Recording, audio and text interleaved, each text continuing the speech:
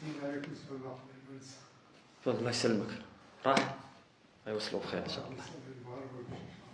الله يسلمك، الله يوصلها بخير ان شاء الله يا ربي. جزاه الله خير.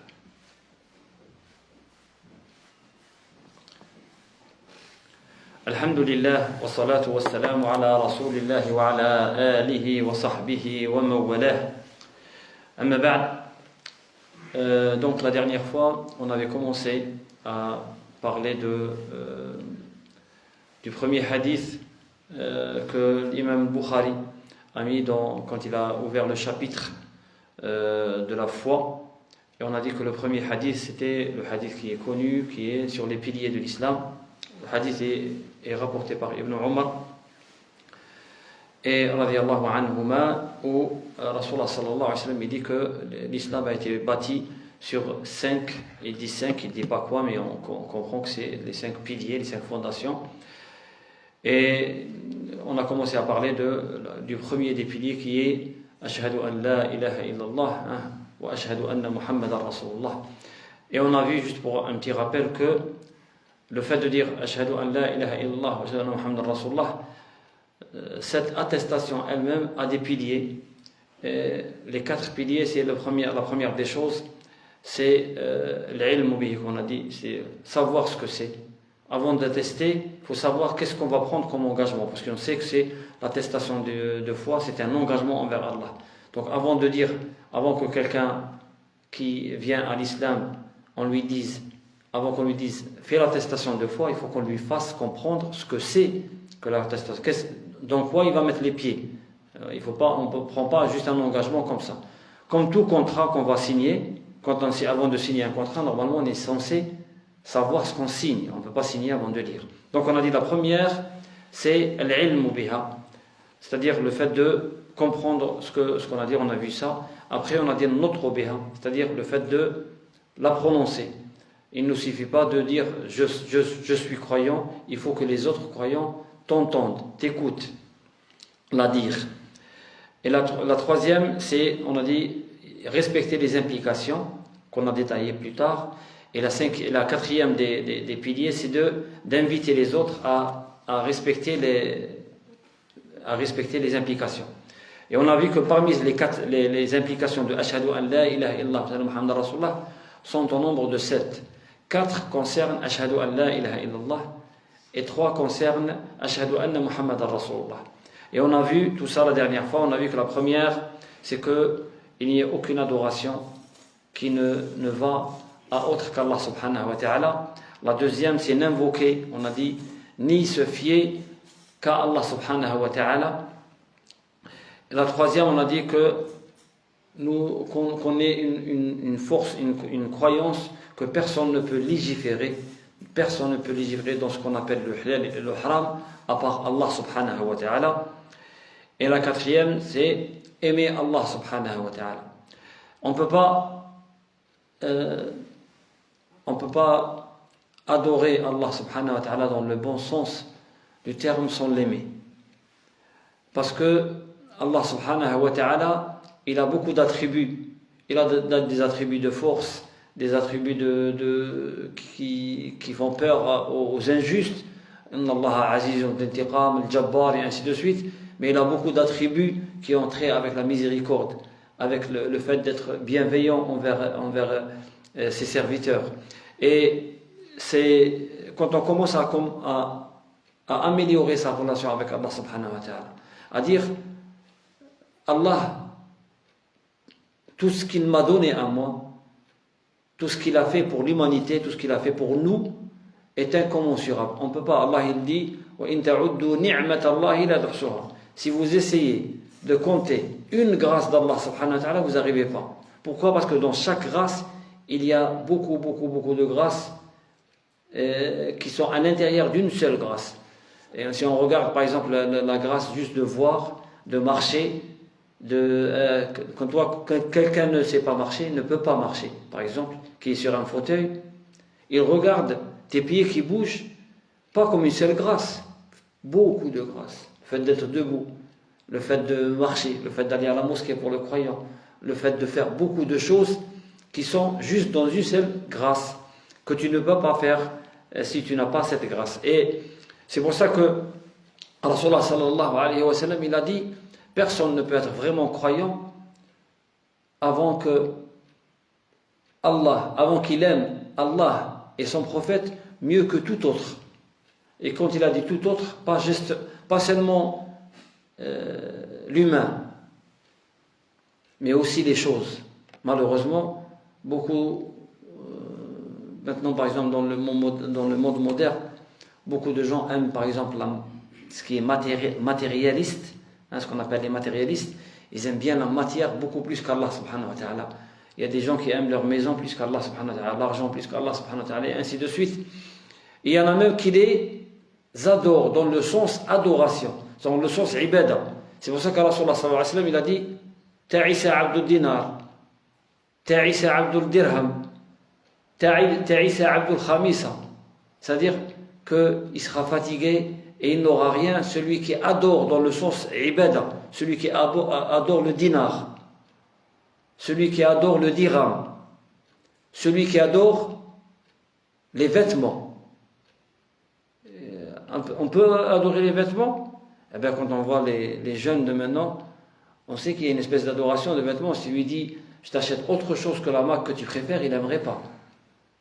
Il aimerait vraiment acheter cette marque et ainsi de suite, parce qu'il a même honte s'il faut aller au lycée, au collège, s'il n'a pas la marque comme tout le monde. Donc ça devient, et même pour lui, s'il ne la met pas, il ne se sent pas bien. Donc il faudrait qu'il ait cette marque. Il y en a qui, une coupe de cheveux, s'il n'a pas la coupe qu'il faut, avec le trait au milieu, et ainsi de suite, donc ça ne lui plaît pas, et ainsi de suite. Donc aimer Allah subhanahu wa ta'ala, c'est-à-dire que tu dois le mettre lui en premier, avec Rasulullah sallallahu alayhi wa sallam, et tout ce qui vient derrière, il faut que tu l'aimes moins qu'Allah subhanahu wa ta'ala. Tes parents, tu es censé les aimer plus que toute autre chose, tu dois les aimer moins qu'Allah subhanahu wa ta'ala. Ta femme pour l'homme, ton homme pour la femme, tes enfants, et ainsi de suite. Et est-ce qu'on est vraiment comme ça? Nous, le dire, c'est facile. Mais est-ce que vraiment on le pratique, ça? C'est-à-dire quand tu dis aimer Allah, c'est-à-dire tu le pratiques, pas juste tu le dis, parce que le dire, tout le monde peut le dire. On est les premiers à dire on aime Allah et son prophète mieux que autrui, mais en vérité, c'est pas ça. Donc c'est ça le quatrième. Et les trois implications qui ont un rapport avec Ashhadu anna Muhammadan Rasulullah sallallahu alayhi wa sallam. D'abord, la première, c'est que croire à tout ce que Rasulullah sallallahu alayhi wa sallam nous a rapporté. Parce que d'abord, on a dit, dans la shahada, on a dit quoi? On a dit, nous témoignons qu'il y a d'autres divinités dignes d'être adorées à part Allah, et que tu es, à Rasulullah sallallahu alayhi wa sallam, son messager. C'est-à-dire, on témoigne qu'Allah t'a envoyé. Si on ne croit pas, ou si on doute à quelque chose qu'il nous a rapporté, notre attestation n'est pas sincère. D'accord? Quand Rasulullah sallallahu alayhi wa sallam te parle de quelque chose, ici, on parle de ce qu'il nous a rapporté. Par exemple, quand Rasulullah sallallahu alayhi wa sallam nous rapporte tout ce qui va arriver, par exemple, dans l'au-delà, même si ça ne rentre pas dans nos cerveaux, on va y croire. Quand Rasulullah sallallahu alayhi wa sallam, il nous dit Dajjal, il va arriver, on doit y croire. Même si nous, on n'arrive pas à se l'imaginer. Tout ce qu'il nous a rapporté, c'est la vérité, parce qu'il ne peut pas mentir. Pourquoi il ne peut pas mentir? Parce que nous, on sait qu'il ne mentait pas même avant de devenir messager. Mais puisque on croit que c'est Allah qui l'a envoyé, comment on peut douter de ce qu'il nous dit? Ou alors notre foi n'est pas, dans ce cas-là, notre foi n'est pas vraie. C'est un faux témoignage. Et c'est pour ça quand on rapporte toujours le témoignage de Khuzayma, on a déjà rapporté ça. Khuzayma, c'était un des compagnons de Rasulullah sallallahu alayhi wa sallam. Un jour, Rasulullah sallallahu alayhi wa sallam, on a déjà parlé de cette histoire, mais ça montre quelque chose. Un jour, Rasulullah sallallahu alayhi wa sallam, il est allé au marché, il a négocié avec quelqu'un l'achat d'un cheval. Ils se sont arrangés sur le prix. Et quand ils sont revenus, Rasulullah sallallahu alayhi wa sallam, quand il marche avec quelqu'un, il marche selon la personne. Mais quand il marche tout seul, en général, il est très rapide. Et donc, Rasulullah sallallahu alayhi wa sallam, il a dit, bon, ben, on est d'accord, donc, j'ai pas d'argent sur moi, je vais chercher l'argent à la maison, ce qui est, sa maison, c'est la mosquée. Et donc, l'autre, il le suivait, Rasulullah sallallahu alayhi wa sallam, comme il marchait trop vite, plus vite par rapport à l'autre, Rasulullah sallallahu alayhi wa sallam, il a un petit peu distancé. Et l'autre, à chaque fois, parce que c'était un cheval qui avait une certaine allure, à chaque fois qu'il passait à côté de quelqu'un, il lui posait la question, tu vends ton cheval? Au départ, il disait non, il est déjà vendu. Il est déjà vendu. Mais on insisté. Il s'est dit, tiens, peut-être que c'est... Il dit, à un moment donné, il dit oui. On lui a donné plus que Rasulullah sallallahu alayhi wa sallam.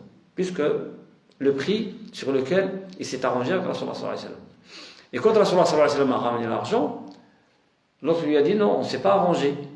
Et Rasulullah sallallahu alayhi wa sallam, il dit oui, on s'est arrangé sur telle somme. Il a dit non. Donc il ne croit pas à Rasulullah sallallahu alayhi wa sallam. Il y avait Sahaba. Et quand Rasulullah sallallahu alayhi wa sallam lui a dit oui, l'autre il lui a dit bon, ramène un témoin. C'est ça, normalement. Quand quelque chose se passe entre deux, il faut un témoin. Sinon, chacun sa parole. Et Rasulullah sallallahu alayhi wa sallam, il savait qu'il n'y avait pas de témoin. Et tous les Sahaba qui étaient là, ils savaient que Rasulullah sallallahu alayhi wa sallam a interdit de témoigner sur quelque chose qu'ils n'ont pas vu. Donc personne ne pouvait rien dire. Mais Khuzayma, il a dit, moi je témoigne, ya Rasulullah. Je témoigne que vous êtes arrangé sur le prix. Et donc la personne a été là, il ne pouvait rien dire, donc il a été obligé d'accepter. Il a accepté. Rasulullah sallallahu alayhi wa sallam a payé, a pris le cheval, et après il a dit à Khuzayma, tu n'étais pas avec nous, pourquoi tu as témoigné? Et Khuzayma, c'est là où ils disent que je veux vous dire, là, par rapport à ce que rapporte Rasulullah. Il a dit, ya Rasulullah, est-ce que je te crois? Je te crois quand tu me dis que Jibril vient d'Allah subhanahu wa ta'ala pour te dire ceci et cela, et je vais douter quand tu vas me dire que tu as acheté un cheval à tant de dinars ou dirhams. Et donc c'est ça ce qui nous est demandé. Ou alors on y croit, alors que c'est le messager d'Allah subhanahu wa ta'ala, et dans ce cas-là, tout ce qu'il nous dit est vrai, même si on ne le comprend pas.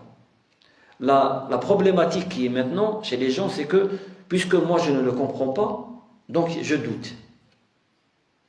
Rasulullah sallallahu alayhi wa sallam, quand il parle des derniers temps, quand il parle de ce qui va arriver, de Dajjal, quand il nous dit que au dernier temps, il y aura la guerre avec les Juifs, et qu'il y a tout ce qui est là, il dira aux musulmans, il y a quelqu'un qui se cache derrière moi, sauf un arbre qui s'appelle Ghardaq. Là, ça nous paraît, nous, bizarre. Mais c'est Rasulullah sallallahu alayhi wa sallam qui l'a dit. Donc j'y crois. Je ne comprends pas, oui, je ne comprends pas. Mais l'information est vérifiable, elle est authentique, oui. Donc ça me suffit. Et je sais à 100% que ça vient de Rasulullah sallallahu alayhi wa sallam. C'est ça ce que ça veut dire. Ça implique, c'est-à-dire que si tu ne crois pas à tout ce que Rasulullah sallallahu alayhi wa sallam nous a dit, à condition de vérifier qu'il l'a dit, bien sûr. On fait comme Abu Bakr. Abu Bakr, qu'est-ce qu'il a fait? Abu Bakr, quand on est venu lui dire, Rasulullah sallallahu alayhi wa sallam, après l'Isra ou le Mi'raj, il est venu et sa cousine, quand il lui a raconté, c'était la première qu'il a il lui a raconté, elle lui a dit, ne raconte pas ça aux gens. Ça va être une fitna. Beaucoup de gens ne vont pas croire à ça. Que pendant la nuit, alors que tu étais dans ma maison, tu vas de la Mecque jusqu'à Al-Quds, qu'Allah la libère, Inch'Allah, et de Al-Quds, tu es monté. Il a dit non, personne ne va te croire. Il a dit, bon, je le dis. Et quand il a dit, il n'a pas dit la partie où il est remonté. Il a dit juste la partie que hier, la nuit, j'ai fait le voyage aller-retour entre la Mecque et la Palestine. Et quand ceux qui doutaient, ceux qui ne croyaient pas comme Abu Jahl et tout ça, ils étaient contents, ils disaient, bon voilà, ils se donnent le bâton pour se faire battre. Donc, qu'est-ce qu'on va faire? Ils sont allés voir ceux qui doutaient, ceux qui étaient devenus musulmans, mais vraiment ils doutaient. Ils sont sortis de l'islam. Bon, s'il nous dit ça, c'est que c'est pas vrai. D'accord? Et après, ils commençaient à voir les plus proches. Et ils attendaient Abu Bakr. Parce que si Abu Bakr renie l'islam, la majorité vont le renier. Parce que c'est Abu Bakr. Et quand ils ont dit à Rasul, quand Abu Jahl, c'est lui qui l'a vu quand Abu Bakr est arrivé, il lui a dit, est-ce que tu as entendu ce que dit ton copain, ton ami? Et Abu Bakr, il a dit, mais qu'est-ce qu'il dit? Il dit que la veille, il a fait un voyage en une nuit entre la Mecque et la Palestine, il est revenu. Alors que nous, pour y aller, c'est-à-dire qu'avec les dromadaires les plus rapides, on fait 1 mois pour aller, 1 mois pour retour. Et Abu Bakr, c'est ça la foi. Abu Bakr, qu'est-ce qu'il a dit? Maintenant, l'information, elle lui est rapportée par qui? Par Rasulullah sallallahu alayhi wa sallam? Non, elle lui est rapportée par quelqu'un d'autre. Il n'a pas encore vu Rasulullah sallallahu alayhi wa sallam. Donc, elle lui est rapportée par quelqu'un d'autre. Qu'est-ce qu'il a fait? Il nous a appris la science de l'hadith. Ce qu'on a parlé. C'est-à-dire, vérifie la transmission du hadith. Il a dit, In kana qalahu faqad sadaq. Si vraiment Rasulullah sallallahu alayhi wa sallam, il a dit, donc c'est la vérité. C'est-à-dire, d'abord, il a dit si, c'est quoi? Si je peux vérifier que c'est Rasulullah sallallahu alayhi wa sallam, il a dit, je ne cherche pas à savoir si c'est vrai ou pas, parce que c'est vrai. D'accord? Ce que je dois chercher à savoir, par contre, peut-être que toi tu dis des choses que Rasulullah sallallahu alayhi wa sallam n'a pas dit. Donc ce que je vais dire, c'est est-ce que Rasulullah sallallahu alayhi wa sallam l'a dit. Donc c'est pour ça, il nous a appris ça, Abu Bakr. Donc la deuxième, donc croire tout ce qu'il nous... La troisième, c'est lui obéir dans tout ce qu'il nous a ordonné de faire. Tu ne peux pas dire d'un côté, je crois que c'est Allah qui t'a envoyé, et quand il te dit fais quelque chose, tu ne le fais pas. Ou tu fais le contraire. D'accord? C'est-à-dire, lui obéir, ça c'est la deuxième, lui obéir contre Rasulullah sallallahu alayhi wa sallam. Il disait quelque chose aux Sahaba, il n'intellectualisait pas cette chose. Ils n'avaient pas le confort qu'on a. C'est-à-dire, Rasulullah sallallahu alayhi wa sallam l'a dit, comme on dit dans les armées, on dit Amr Tabbaq. Hein? C'est-à-dire, tu as un ordre, tu dois t'exécuter. C'est ça. Tu ne dois pas réfléchir. C'est Rasulullah sallallahu alayhi wa sallam qui te le dit. Quelqu'un d'autre, autre que Rasulullah sallallahu alayhi wa sallam, tu réfléchis. Rasulullah sallallahu alayhi wa sallam, tu ne réfléchis pas. Et c'est pour ça que Abdullah ibn Mas'ud, radiyallahu anhu, une fois, il est arrivé en retard à la mosquée, et le dernier mot qu'il a entendu, c'est Ijlisu, asseyez-vous. Il s'est assis. Il ne s'est pas levé. Il était vers l'entrée de la mosquée. Et quand Rasulullah sallallahu alayhi wa sallam lui a dit, mais pourquoi tu es encore assis? Il a dit, c'est ce que j'ai entendu. J'ai entendu, asseyez-vous. Je me suis assis. Et même plus que ça, Ubay ibn Ka'b faisait la prière un moment. Ubay ibn Ka'b, c'est le sahabi qui connaît le plus avec Abdullah ibn Mas'ud le Coran. Et il était en train de faire une prière. On ne sait pas si c'est obligatoire ou une prière volontaire. Et Rasulullah sallallahu alayhi wa sallam l'a appelé. Et donc, puisqu'il faisait la prière, il ne coupe pas la prière. Il fait la prière. Il finit sa prière. Et quand il a fini sa prière, Rasulullah sallallahu alayhi wa sallam lui a dit, mais pourquoi tu ne m'as pas répondu? Pourquoi tu n'es pas venu quand je t'ai appelé? Il a dit, Rasulullah, je faisais la prière. Il a dit, ne lis-tu pas dans le Coran Allah qui dit, Ya ayyuhalladhina amanu stajibu lillahi wa lirrasuli idha da'akum lima yuhyikum. Oh, vous qui avez cru, répondez, donc favorable, exécutez, répondez, obéissez à Allah et son prophète s'il vous appelle pour ce qui vous rend vivant. Et il a dit, Allah dit dans le Coran que tu dois, même dans la prière, vous imaginez, même dans la prière qui est pour Allah, si Rasulullah sallallahu alayhi wa sallam t'appelle, tu dois répondre. Nous, on n'a pas ça, on n'a pas Rasulullah sallallahu alayhi wa sallam avec nous. Par contre, ce que ça veut dire, c'est que quand on lit quelque chose, à faire attention. Quand on dit, les Sahaba, ils connaissaient Rasulullah sallallahu alayhi wa sallam, ils comprenaient directement de lui.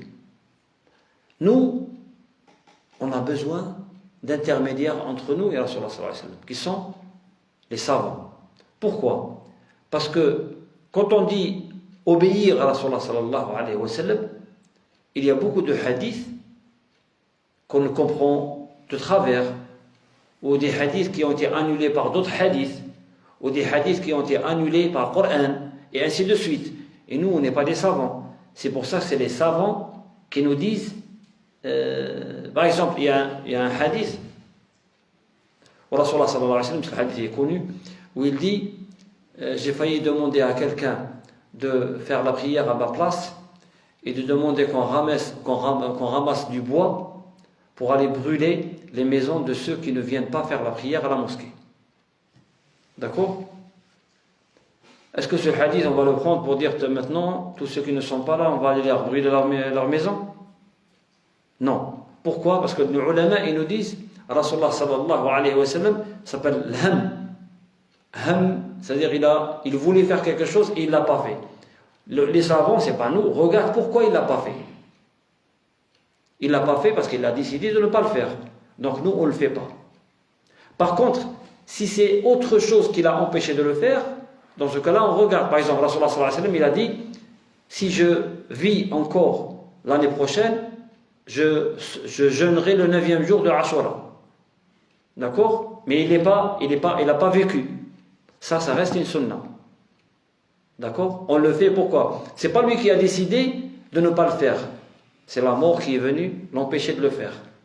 Mais l'autre, il était vivant, il était là, il a décidé de ne pas le faire, donc on ne le fait pas.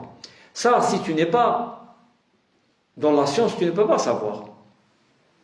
D'accord? Si ce n'est pas les savants qui regardent ça, et ils en ont fait des sciences, et ainsi de suite. Donc, ce qui est unanime chez les savants, on doit le faire. Unanime. C'est-à-dire, hadith d'Allah sallallahu alayhi wa sallam, il passe par les savants quand ils sont unanimes, quand on sait, eux, ils peuvent savoir si le hadith a été dit au début de l'islam ou à la fin de l'islam, et ainsi de suite. Tout ce qu'on ne peut pas savoir, nous. Mais du moment où on sait que, d'après le ulama que Rasulullah sallallahu alayhi wa sallam nous l'a dit, dans ce cas-là, on est obligé d'obéir à Rasulullah sallallahu alayhi wa sallam.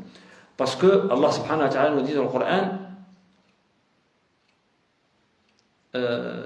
من يطع الرسول فقد أطاع الله من يطع الرسول فقد أطاع الله. Allah subhanahu wa ta'ala il a pris deux temps, le présent, et on a parlé hier ou avant-hier, on a parlé du présent, du passé dans le Coran, c'est pas pour rien. Il a choisi utilisé, Allah subhanahu wa ta'ala, le présent et le passé. Il a utilisé le présent dans وَمَنْ يُطِعْ. Il n'a pas dit مَنْ أَطَاعَ الرَّسُولِ. Parce que si c'était مَنْ أَطَاعَ الرَّسُولِ, on dirait dit, ça ne concerne pas nous, ça concerne ceux qui ont été là. Mais Allah, il a dit مَنْ يُطِعْ الرَّسُولِ. Ça, c'est la première. Et deuxième, يُطِعْ فعل المضارع هذا يفيد بالعربية يقول لك المداومة.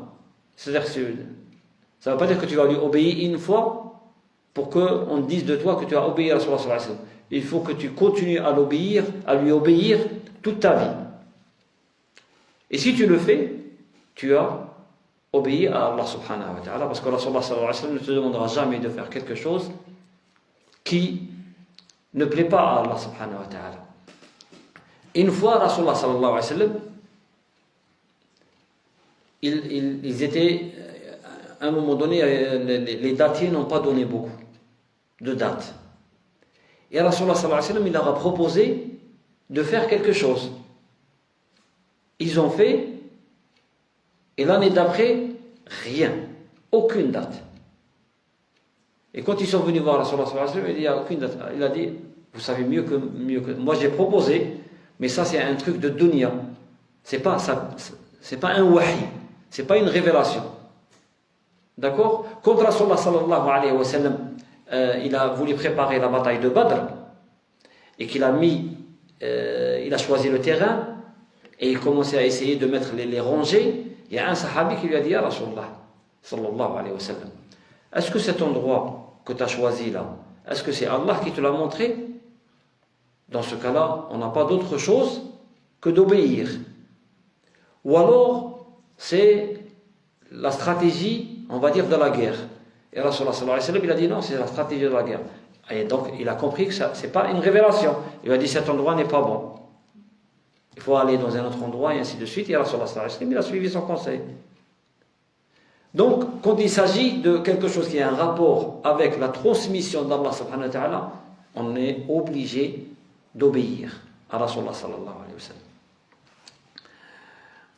Et la troisième des implications, quand tu dis Ashhadu anna Muhammadan Rasulullah, on dit Allah il a envoyé Rasulullah sallallahu alayhi wa sallam. Pourquoi?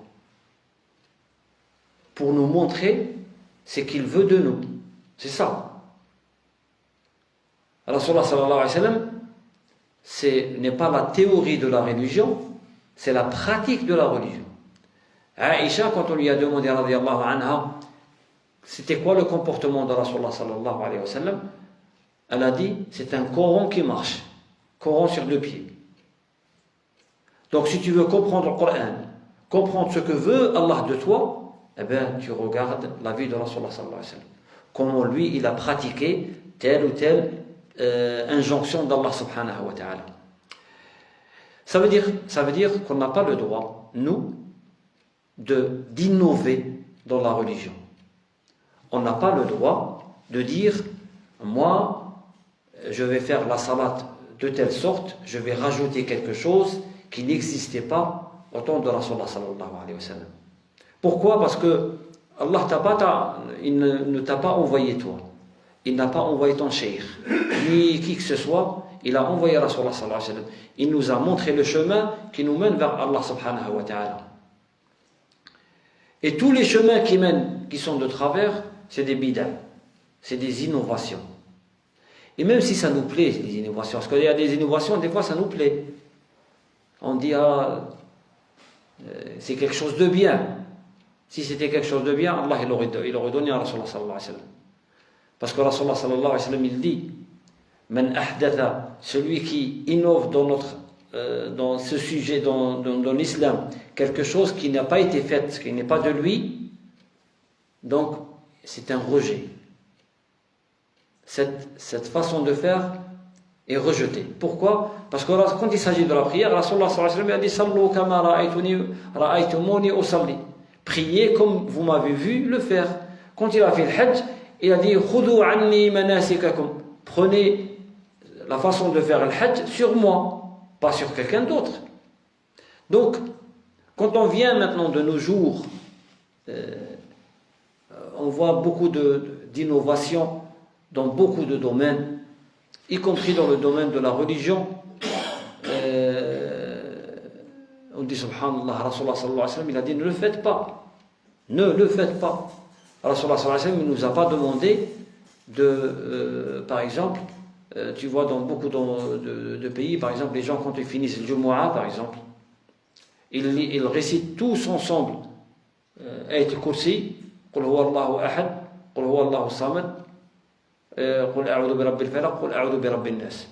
Est-ce que Rasulullah sallallahu alayhi wa sallam l'a fait? Quand on regarde, on dit c'est bien. Pourquoi tu veux enlever ça? C'est quelque chose de bien. Non, c'est ça l'innovation dans la religion. D'accord? Rasulullah sallallahu alayhi wa sallam ne l'a pas fait. Tu ne vas pas me dire que toi, tu es venu 14 ou 15 siècles après Rasulullah sallallahu alayhi wa sallam, tu sais adorer Allah subhanahu wa ta'ala mieux que lui. Est-ce que Rasulullah sallallahu alayhi wa sallam, quand il finissait la prière de Jumu'ah, il récitait, tout le monde récitait Ayat al-Kursi ensemble? Non, il ne le faisait pas, donc on n'a pas à le faire. On doit adorer Allah subhanahu wa ta'ala comme Rasulullah sallallahu alayhi wa sallam a fait. Tout ce qui est rajouté, il faut l'enlever. Parce qu'il faut te dire, Allah subhanahu wa ta'ala, il a dit Al-yawma akmaltu lakum dinakum. Akmaltu lakum dinakum. C'était un vendredi, dans la 10e année de Rasulullah sallallahu alayhi wa sallam, quand il a fait le hajj, juste avant de mourir, 80 jours avant de mourir. 80 jours après ça, Rasulullah sallallahu alayhi wa sallam est mort. Allah, il a dit Al-yawma akmaltu lakum dinakum. Je vous ai parfait la religion. Parfait la religion, ça veut dire quoi? Ça veut dire que tu ne peux pas faire mieux. Si Allah dit dans le Coran, la religion telle que Muhammad sallallahu alayhi wa sallam pratique, c'est la perfection. Tu ne peux pas faire plus. D'accord? Donc nous, au lieu de faire de l'effort pour suivre la trace de Rasulullah sallallahu alayhi wa sallam, eh bien on va à droite, à gauche, on suit ce cheikh, on suit cette situation, ou alors des choses qui se font dans le pays. Quand tu leur dis en général, ils te disent mais tu nous as ramené une nouvelle religion. Nos parents faisaient comme ça. Ce n'est pas un argument. C'est l'argument quand tu lis le Coran, tous les prophètes qui sont venus, quand ils disaient à leur peuple adorez Allah subhanahu wa ta'ala, les peuples répondaient toujours le même argument. Alayhi salam wa rahmatullah. Toujours ils répondaient les mêmes arguments, c'est-à-dire nos parents faisaient ça.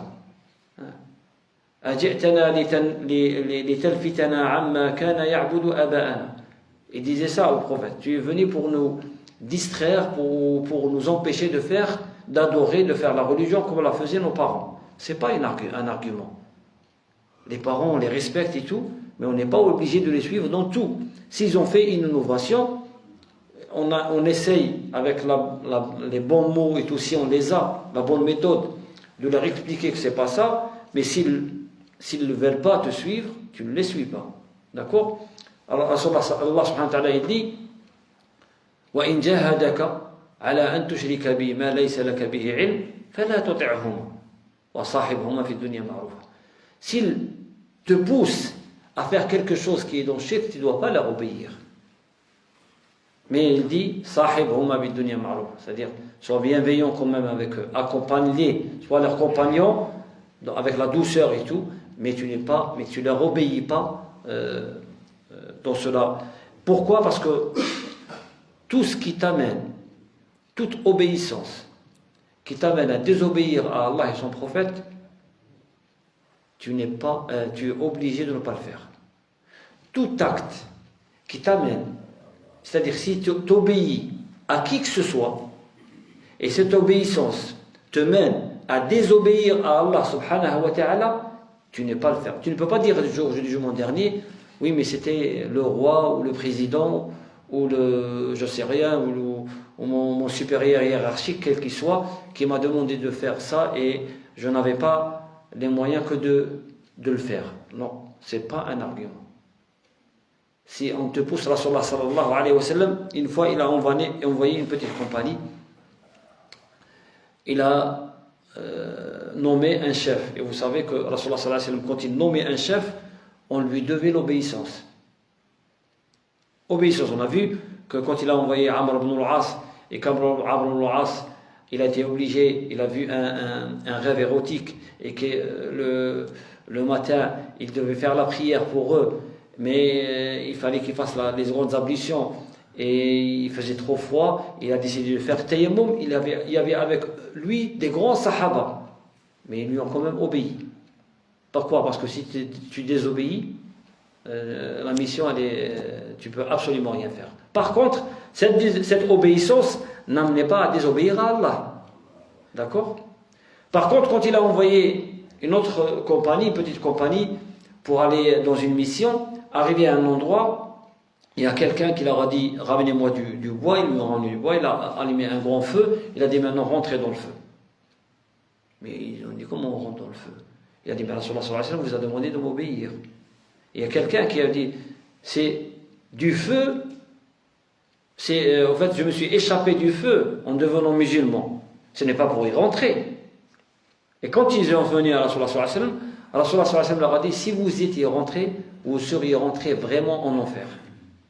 C'est-à-dire si vous aviez obéi à cet homme qui vous disait de rentrer dans le feu, eh bien vous auriez été vraiment dans l'enfer. Pourquoi? Parce qu'on n'obéit pas à quelqu'un qui nous dit de faire quelque chose qui ne plaît pas à Allah subhanahu wa ta'ala, même si c'est un proche ou un chef. Donc, Allah subhanahu wa ta'ala a envoyé Rasulullah sallallahu alayhi wa sallam avec pour mission de nous montrer le plus court chemin qui nous mène vers Allah subhanahu wa ta'ala, vers le paradis. On n'a pas d'autre chemin. Rasulullah sallallahu alayhi wa sallam était assis une fois avec ses compagnons. Il a tracé une ligne comme ça, avec une branche, et il a tracé beaucoup de lignes à droite et à gauche. Il a dit ça, c'est la ligne qui mène vers Allah subhanahu wa ta'ala, tout droit. C'est pour ça qu'on appelle Sirat al-Mustaqim. D'un point à un point, la ligne, le chemin le plus court, c'est la droite. D'accord? Ce n'est pas de serpenter comme ça. Et donc, quand on dit Ashhadu an la ilaha illallah wa ashhadu anna Muhammadan Rasulullah, on doit accepter tout ce que on vient de dire. On doit comprendre que c'est un engagement qu'on fait, et c'est à partir de cet engagement, quand on l'a accepté, qu'on va commencer à faire les adorations. C'est pour ça Ashhadu an la ilaha illallah précède les adorations. Et ça c'est le premier pilier de l'islam, et c'est le pilier. Sans ça, tu peux faire tout ce qu'il y a derrière, les 4 autres, ça ne servira absolument à rien. C'est ce pilier qui te fait rentrer dans la maison de l'islam. Et c'est dans cette maison que tu vas vivre et adorer Allah subhanahu wa ta'ala, pas en dehors de cette maison. Ashhadu an la ilaha illallah, c'est la clé qui va t'ouvrir la porte. Quand tu rentres à l'intérieur, tu peux le faire. Si tu n'as pas cette clé, tu ne peux absolument pas le faire. Donc, le deuxième pilier, comme vous le savez, c'est Iqamus salah. Shahadatu an la ilaha illallah wa anna Muhammadan Rasulullah wa Iqamis salah. C'est le deuxième pilier. As-salah, comme vous le savez, c'est le pilier le plus important en islam. C'est la seule chose avec laquelle Rasul sallallahu alayhi wa sallam a différencié entre le croyant et le non-croyant. Il a dit là, ce qui nous différencie des non-croyants, c'est la salat. Celui qui ne la fait pas, celui qui la délaisse, faqad kafar. On a vu Omar ibn Khattab, même après Rasul sallallahu alayhi wa sallam, on a déjà parlé de ça, quand il s'est fait assassiner, il s'est réveillé alors qu'il y avait tout le sang qui sortait de son ventre, et il a demandé la première des choses: est-ce que les gens ont fait la prière? Et quand ils lui ont dit qu'il a fait la prière, il a dit: ramène-moi de l'eau, je vais faire l'eau d'eau pour faire la prière, parce que on n'a aucune part de l'islam, c'est-à-dire on ne fait partie de l'islam d'aucune sorte si on ne fait pas la prière. C'est la prière qui fait en sorte que tu deviens. Et le jour du jugement dernier, Rasulullah sallallahu alayhi wa sallam, il nous dit que c'est par les adorations, la première qu'Allah va peser, c'est la prière. Et il a dit: si c'est bien, ce qui vient après c'est bien. Si c'est mauvais, la prière, ce qui vient après c'est mauvais. Parce que c'est la prière. C'est en arabe, as-salat vient du mot sila, qui veut dire un lien. C'est le lien direct avec Allah subhanahu wa ta'ala. Le croyant, le musulman, n'a pas besoin d'aller dans une comment ils appellent ça, le confessionnal, pour rentrer pour dire bénissez-moi mon père parce que j'ai péché. Le croyant, il a un lien direct avec Allah subhanahu wa ta'ala. Quand les savants nous disent, quand tu veux parler à Allah, fais la prière. Quand tu veux qu'Allah te parle, lis le Coran. Récite le Coran, Allah te parle. Mais dans la prière, c'est toi qui parles à Allah subhanahu wa ta'ala. Al-Fatiha, c'est un dialogue. On connaît tous. Al-Fatiha, c'est un dialogue entre toi et Allah subhanahu wa ta'ala. Et Allah te répond dans la prière. Rasulullah sallallahu alayhi wa sallam, il dit, Allah dit: j'ai partagé la prière entre moi et mon serviteur en deux. Et mon serviteur, il a ce qu'il demande. Et il dit: comme mon serviteur dit Alhamdulillah, je dis: mon serviteur m'a loué. Donc Allah, il te répond. C'est un dialogue, la prière. Rasulullah sallallahu alayhi wa sallam, il disait: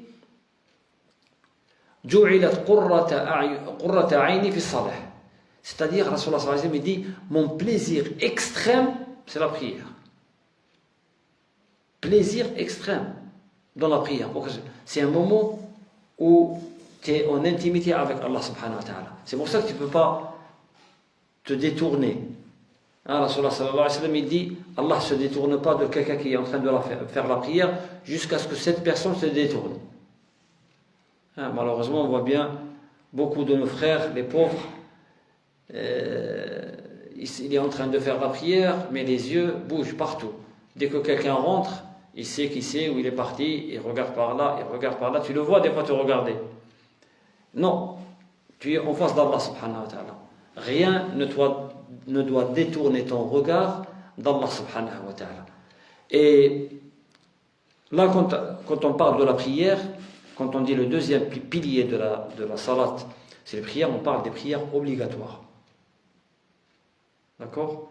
Comme quand on parle le pilier Siyam, on parle de Siyam Ramadan. Le fait de jeûner le lundi et le jeudi, ou de jeûner Ashura, ou de jeûner Arafat, ce n'est pas une obligation. Ça ne fait pas partie du pilier de l'islam. Là, c'est pareil, quand on parle de salat, on parle des 5 prières journalières. Et on verra, il va y avoir un autre pilier, un autre hadith qui va parler, qui va nous montrer cela exactement. Donc, mais en arabe, on ne dit pas ada as-salat. Il ne nous a pas demandé juste de faire la prière. Iqamat salat. Qu'est-ce que ça veut dire iqamat salat? En arabe, le mot veut dire élever. Min al-qiyam. Élever quelque chose. C'est-à-dire que tu dois faire la prière comme l'a fait Rasulullah sallallahu alayhi wa sallam. On a dit tout à l'heure qu'on ne peut pas adorer Allah qu'à travers les pas de Rasulullah sallallahu alayhi wa sallam. On ne peut faire la prière que comme Rasulullah sallallahu alayhi wa sallam l'a fait. Iqamat salat, d'abord, il faut respecter les temps de prière. On a vu que dans le Muwatta, l'imam Malik, il commence son Muwatta, qui est le plus ancien livre qui nous est arrivé, c'est même avant Bukhari et avant Muslim. Il commence le premier livre, le premier hadith qui est dans le livre, c'est Babu wuquti salat. L'heure de la prière. Pourquoi? Parce que l'heure de la prière, Allah il a envoyé Jibril à Rasulullah sallallahu alayhi wa sallam pour lui montrer les heures de la prière. Il est venu 2 fois, 2 journées de suite. L'heure de la prière, parce que on ne peut pas se dire la prière c'est un rendez-vous avec Allah subhanahu wa ta'ala et entre guillemets je le laisse attendre. Si tu crois vraiment que c'est un rendez-vous entre toi et Allah subhanahu wa ta'ala, et c'est ce que c'est dans la prière, comment tu peux retarder à moins que tu aies quelque chose, une excuse valable. Mais si tu n'as pas d'excuse, pourquoi tu attends? Pourquoi des fois on va dans les magasins, on sait que c'est l'heure de l'Asr et on continue à faire les courses? Alors que Rasulullah sallallahu alayhi wa sallam dit, celui qui rate l'Asr, c'est comme toute sa famille a été tuée. L'Asr. Toute sa famille a été tuée. Et c'est bien. Toute sa famille, c'est bien. C'est comme s'il sort de chez lui, il revient, il ne trouve ni ses biens, ni sa famille, parce qu'il a raté l'Asr. Donc, il faut qu'on se rende compte que tout ce que Allah subhanahu wa ta'ala nous a demandé de faire, il l'a demandé ou à travers le Coran, ou à travers l'ange qui vient à Rasulullah sallallahu alayhi wa sallam. Quand il s'est agi de la prière, c'est Rasulullah sallallahu alayhi wa sallam qui est venu vers Allah. Il l'a amené dans un endroit où même Jibril n'y va pas, alayhi salam. Quand ils sont arrivés à Sidrat al-Muntaha, Jibril, Rasulullah sallallahu alayhi wa sallam, Jibril a dit là, je ne peux plus. Il a dit c'est là où l'ami laisse son ami tout seul. Rasulullah sallallahu alayhi wa sallam a dit c'est maintenant l'endroit le plus important que tu me laisses tout seul. Jibril a dit moi je ne peux pas. Personne ne peut aller dans cet endroit. Personne n'est déjà allé dans cet endroit. Ça c'est Jibril, l'ange le plus proche d'Allah subhanahu wa ta'ala. Il n'y va pas. Et Allah il fait venir Rasulullah sallallahu alayhi wa sallam. Jusqu'à ce que Rasulullah sallallahu alayhi wa sallam dit j'ai entendu le bruit du qalam, celui qui crie. Et Allah il lui donne la prière là. Il aurait très bien pu lui envoyer dans le Coran, lui envoyer Jibril pour lui dire fais. Non, il l'a amené jusqu'à un endroit que personne, aucune créature d'Allah subhanahu wa ta'ala n'a approché. Pourquoi? Pour rien? Non, pour nous montrer 2 choses. Au moins 2 choses. D'abord, la place de la prière. Deuxièmement, la miséricorde d'Allah subhanahu wa ta'ala. et lui dit, demande à ta communauté de faire 50 prières par jour. Et Allah sallallahu alayhi wa sallam, il accepte. Il redescend. Il rencontre Sayyidina Moussa alayhi salam. Il lui dit, qu'est-ce que Allah t'a demandé de faire? Il dit, 50 prières. Il dit, reviens et demande à Allah d'alléger le nombre. Parce que j'ai fait avec les Banu Israël, je leur ai demandé de faire moins que ça, ils n'ont jamais arrivé. Donc demande-lui d'enlever quelques prières. Et comme ça, dialogue entre Sayyidina Moussa et Rasulullah sallallahu alayhi wa sallam, et Rasulullah sallallahu alayhi wa sallam qui revient et il demande à Allah subhanahu wa ta'ala, et puis c'est devenu petit à petit jusqu'à ce qu'il est arrivé à sec. Et Allah, là, quand il a dit, La yubaddalu qawlu indi. Ma parole ne change jamais. C'est 5, mais dans la récompense, ce sera 50. C'est pour ça que Hasanatu bi'ashri amthaliha. Celui qui fait une prière, Allah lui marque 10 prières. Quand tu fais 5, il te marque 50 par jour. Vous voyez la miséricorde d'Allah subhanahu wa ta'ala. On a parlé tout à l'heure que tu ne peux pas l'adorer sans l'aimer. D'accord? Mais Rasulullah sallallahu alayhi wa sallam, tellement qu'il avait le plaisir dans la prière, il faisait beaucoup plus que 50. D'accord? Et beaucoup de gens font. Rien que nous, si on compte que les rawatib. On a 12 rak'at, plus le witr, qu'on a rajouté. Mais si tu peux rajouter chez toi la prière de nuit, 4 rak'at par-ci, 2 rak'at par-là, tu arrives à 50. Il y en a qui font même plus que 50. D'accord? Mais ils le font volontiers. Ils le font parce qu'ils ont envie de le faire. Parce qu'ils ont atteint ce que Rasulullah sallallahu alayhi wa sallam nous a dit. C'est-à-dire que Allah, il a fait en sorte que la prière devienne son plaisir extrême. Pourquoi? Parce que lui, il a compris que la prière, ce n'est pas juste des gestes à te lever, te baisser, un truc comme ça. Non. La prière, tu es debout devant Allah subhanahu wa ta'ala. C'est ça, le privilège énorme. Et on dit toujours, si tu es invité par un roi, par un président, par qui que ce soit, si tu es invité au milieu des gens, c'est déjà pour toi un énorme privilège. Mais s'il t'invite que toi, il te fait rapprocher le plus de lui, c'est un privilège énorme. Ça, c'est pas un roi, c'est Allah subhanahu wa ta'ala qui te donne un rendez-vous juste entre toi et lui. Même si tu fais la prière à la mosquée, la prière reste quand même quelque chose, une sela entre toi et Allah subhanahu wa ta'ala. C'est pour ça que quand on a compris ça, Rasulullah sallallahu alayhi wa sallam, il dit, quand j'ai fait le voyage nocturne, je suis passé et j'ai vu Sayyidina Moussa alayhi salam dans sa tombe en train de faire la prière. Il n'est pas obligé de le faire. Il est dans sa tombe. On sait que les messagers, la terre ne mange pas leur corps. Il a dit, je l'ai vu en train de faire la prière dans la tombe. C'est ce degré. C'est les gens qui ont compris qu'est-ce que ça veut dire que la prière. On prend les 10 minutes. Après, on va détailler, ça c'est juste le premier hadith, on va détailler la prière quand on y arrivera, Inch'Allah. Le troisième pilier, comme vous le savez, c'est zakat. Ita zakat.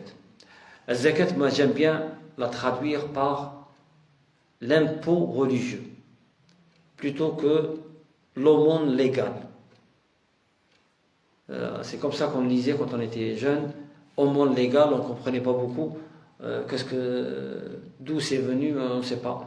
Aumône légale, c'est-à-dire qu'il y aurait une aumône illégale. Quand on dit l'aumône légale, c'est-à-dire qu'il y aurait une aumône illégale. En fait, c'est pas l'aumône. L'aumône, c'est un rapport avec sadaqa. L'aumône, tu le fais volontiers. Là, c'est un pilier, c'est un impôt. On peut l'appeler comme ça, un impôt religieux. Que Allah subhanahu wa ta'ala il a instauré, et c'est Rasulullah sallallahu alayhi wa sallam qui l'a détaillé. C'est Rasulullah sallallahu alayhi wa sallam qui a détaillé qu'est-ce qu'on doit donner, comment on doit donner, qui doit donner. Mais qui doit recevoir, c'est pas Rasulullah sallallahu alayhi wa sallam. C'est Allah. Il ne l'a pas donné ni un ange ni un prophète. Il a donné les 8 catégories de personnes qui peuvent toucher zakat et ce n'est que ces 8. Tu ne peux pas dire je vais le donner à tel ou tel parce qu'il me plaît, ou parce qu'il est bien avec moi, ou je vais le donner à mon frère, ou je vais le donner. Non. Allah subhanahu wa ta'ala, il a dit إنما صدقات للفقراء والمساكين والعاملين عليها وفي الرقاب والغارمين وفي الرقاب إنما صدقات للفقراء والمساكين والعاملين عليها وفي الرقاب والغارمين وفي الغارمين وفي سبيل الله وفي سبيل الله il manque de qu'est-ce qu'il إنما الفقراء إنما صدقات للفقراء والمساكين والعاملين عليها والمؤلفة قلوبهم والغارمين. Les 8 catégories sont fuqara al-masakin existent encore.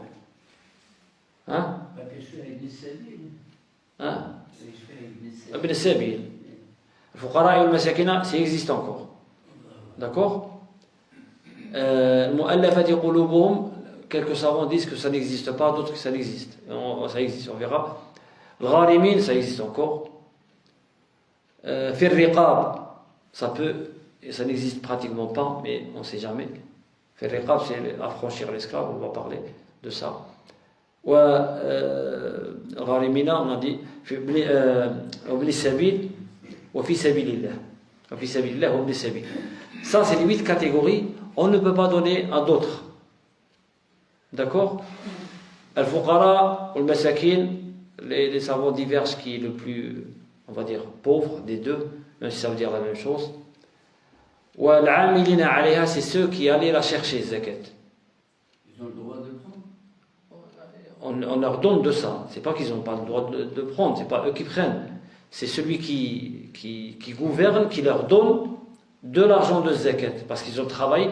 Maintenant, par exemple, dans les pays où il y a, par exemple, on va dire une association qui gère, par exemple, zakat, les gens qui travaillent là-dedans, qui ramassent, les trésoriers, les ceci, cela, on peut les payer avec l'argent de zakat. D'accord? C'est ceux, on va dire l'élite des régions où les musulmans arrivaient. À l'époque, si le chef d'une tribu devenait musulman, en général, tout le monde le suivait. Et donc, si cette personne, on sait que si on lui donne, par exemple, de l'argent, qu'on lui donne quelque chose, il va devenir musulman, même s'il n'est pas à 100%, les autres vont suivre. Donc, c'est dans ce cas-là. Les savants disent que ça n'existe plus. Ça, Wallahu a'lam. Il y en a d'autres qui disent que ça existe. Ça peut être quelqu'un qui est rentré en islam, par exemple, et on l'aide à faire quelque chose ou un truc comme ça, pour qu'il sache que la communauté est là pour lui. Wallahu a'lam. Après, on a wafir riqab, c'est le fait d'affranchir des esclaves. On dit que maintenant il n'y en a plus, même si on sait qu'il y a des régions où il y a encore des esclavages, même si c'est peu. Mais en tout cas, l'islam, c'est une religion qui pousse les gens à affranchir les esclaves. Dans une émission, il y avait, ça fait un moment, il y avait quelqu'un qui, soi-disant, était... je crois qu'il est mort maintenant, qu'Allah yaghfir lah, inshallah. Mais soi-disant, il était quelqu'un spécialiste de l'islam et tout. Il est venu dans une émission de radio et dans cette émission, on parlait de l'esclavage dans le temps. Ils ont parlé aux chrétiens, aux juifs, aux musulmans, et ainsi de suite. Et quand ils ont parlé à ce musulman, le journaliste, il lui dit « Mais l'islam n'interdit pas l'esclavage. » Et il n'a pas su répondre. Il a dit, mais il n'y a pas un verset dans le Coran, ou même dans la tradition du prophète sallallahu alayhi wa sallam, qui dit que l'esclavage est interdit. Comment vous dites que votre religion est venue pour libérer les esclaves, alors qu'on n'a pas dans le Coran, ou dans la Sunna, quelque chose de clair et de précis qui nous dit que l'esclavage est interdit. Et même que les musulmans, après, dans leur guerre, ils prenaient des esclaves dans les guerres. Il n'a pas su, il a dit, qu'est-ce qu'il a dit? Il a dit quelque chose de terrible. Il a dit malheureusement oui.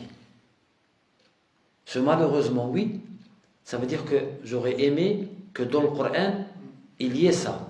Et quand on dit malheureusement oui, c'est-à-dire que c'est comme si on disait qu'il manquait quelque chose dans le Coran. D'accord? Et c'est pour ça que c'est très difficile. Celui qui n'est pas vraiment branché là-dedans et qui sait parler et répondre, il ne doit pas représenter l'islam. Parce que tu peux, par un geste comme ça, dire quelque chose. Qu'est-ce qu'il aurait pu dire? Il aurait pu dire oui, c'est vrai, il n'y a pas dans le Coran un verset explicite qui nous interdit l'esclavage. Il n'y a pas dans la Sunna aussi, d'accord? Il aurait pu dire il n'y a pas un verset qui nous oblige à prendre des esclaves. Il n'y a pas un verset qui nous dit prenez des esclaves. Mais il y a beaucoup de versets qui nous disent affranchissez les esclaves. Tu as fait une faute, tu as fait un péché, tu veux qu'Allah te pardonne. Beaucoup d'endroits on dit affranchis. On a vu dans Ramadan celui qui délibérément mange ou boit ou a une relation avec sa femme pendant la jour du Ramadan, quand il est venu voir Rasulullah sallallahu alayhi wa sallam, qui lui a dit j'ai fait je suis perdu, j'ai eu une relation avec ma femme dans le jour du Ramadan, Rasulullah sallallahu alayhi wa sallam, qu'est-ce qu'il lui a dit? Est-ce que tu peux affranchir un esclave? Il a dit non. Donc c'est-à-dire que c'est une vertu. Pourquoi? Tout simplement parce que socialement parlant, si on avait interdit l'esclavage de suite quand Rasulullah sallallahu alayhi wa sallam est venu, alors que c'est des sociétés qui vivaient depuis des siècles et des siècles sur ça, économiquement ça aurait bouleversé tout le monde. Mais petit à petit, l'esclavage est parti. Et j'ai entendu de Cheikh Sha'rawi rahmatullah alayh, il dit avant il y avait beaucoup de situations qui pouvaient faire que tu deviennes esclave. Et une seule façon de te libérer, c'est la volonté du maître. C'est tout. Donc tu avais de la dette, tu ne pouvais pas payer de dette, tu devenais esclave. Ou on prenait ton fils en esclave. Tu étais attrapé dans une guerre, tu devenais esclave. Et ainsi de suite. Il y a beaucoup de situations où tu ne pouvais devenir esclave. Mais pour sortir de l'esclavage, tu n'avais qu'une seule porte de sortie, qui était la volonté du maître. Maintenant, l'islam, qu'est-ce qu'il a fait? Il a inversé la chose. Il n'y a qu'une porte de sortie pour devenir esclave, mais il a ouvert beaucoup de portes pour recouvrer ou devenir libre. Et il donne l'image d'un bassin. Un bassin, tu as 5 fontaines, 5 tuyaux, on va dire, qui lui ramènent de l'eau, et un seul tuyau qui le fait sortir. Qu'est-ce qu'il va faire, le bassin? Il va être toujours plein. Par son inverse. Ce bassin, il n'a qu'un tuyau, c'est le même débit, qui lui ramène de l'eau, et 5 fontaines, 5 trous par lesquels sort de l'eau. Eh bien, il ne restera plus d'eau dans le bassin petit à petit. Et c'est ce qu'a fait l'islam. Il a fait en sorte que, petit à petit, on met en avant que le fait d'affranchir un esclave, c'est une façon de se rapprocher d'Allah subhanahu wa ta'ala. Et c'est pour ça que, on finira avec ça, Inch'Allah, c'est pour ça que beaucoup de nos grands savants étaient des esclaves. Beaucoup. Abdallah ibn Omar, qu'est-ce qu'il faisait? Il achetait les esclaves. Petits, quand ils étaient vraiment petits, enfants. Il les ramenait chez lui, il les traitait comme ses enfants, bien sûr, mais en plus, il leur disait, celui qui apprend le Coran et qui apprend un petit peu de religion, je lui donne sa liberté. Et du coup, par exemple, nous, on a quoi? On a la chaîne d'or, c'est quoi? C'est Malik, an Nafi', an Ibn Omar, anna Rasulallah sallallahu alayhi wa sallam. Dans un hadith, il y a quelqu'un, un savant, il lui a dit, tu ramènes ce hadith d'où? Il lui a dit ça, c'est Malik, d'après Nafi', d'après Ibn Omar, anna Rasulallah sallallahu alayhi wa sallam. Il n'y a entre toi et Rasulullah sallallahu alayhi wa sallam, c'est comme si tu avais juste un voile à tirer pour voir Rasulullah sallallahu alayhi wa sallam. Tellement, quand tu as Malik, d'après Nafi', d'après Abdallah ibn Omar, les savants, Bukhari et les autres, disent tu ne cherches pas si le hadith est authentique ou pas. Il est authentique. D'accord? Ce Nafi'-là était un esclave. Un esclave de Abdallah ibn Omar. Mais Abdallah ibn Omar, il ne ramenait pas d'esclaves parce qu'il avait besoin d'esclaves, comme on voit dans les films, machin. Non, il les amenait pourquoi? Pour les libérer. Et c'était ça, cette vertu. Des gens qui disaient, j'ai fait une bêtise, alors je reviens chez moi et je libère tous les esclaves que j'ai. Mais ces esclaves, entre-temps, ils avaient appris le Coran. Et ils devenaient, à leur tour, ceux qui étaient esclaves, c'était les gens les plus nobles qui les suppliaient pour qu'il lui raconte un seul hadith. Un seul des hadiths. Ils le suppliaient tout le long. Nafi', il ne voulait pas que les gens tapent chez lui. Imam Malik, pour prendre un hadith, il soudoyait avec des bonbons celui qui tenait la porte, un gamin. Et lui donnait quelque chose et lui dit, dès que tu le vois sortir, tu me fais juste un signe. Et quand il faisait un signe, Imam Malik il disait, je marchais à côté de lui, je disais rien, j'avais peur de lui demander comme ça et qu'il m'engueule. Et il dit jusqu'à, quand je le voyais s'approcher de la mosquée de Rasulullah sallallahu alayhi wa sallam, je dis, on m'a dit que Rasulullah sallallahu alayhi wa sallam aurait dit ça. Et lui, il lui dit, oui ou non? Je lui dis, oui, c'est Abdallah ibn Omar, il m'a dit ça. Et Imam Malik il note un hadith. Le lendemain ou 2 jours après, il essaye. Cette personne était un esclave. Ce qu'il a rendu, ce qui lui a donné cette notoriété, c'est la science et c'est que l'islam demande,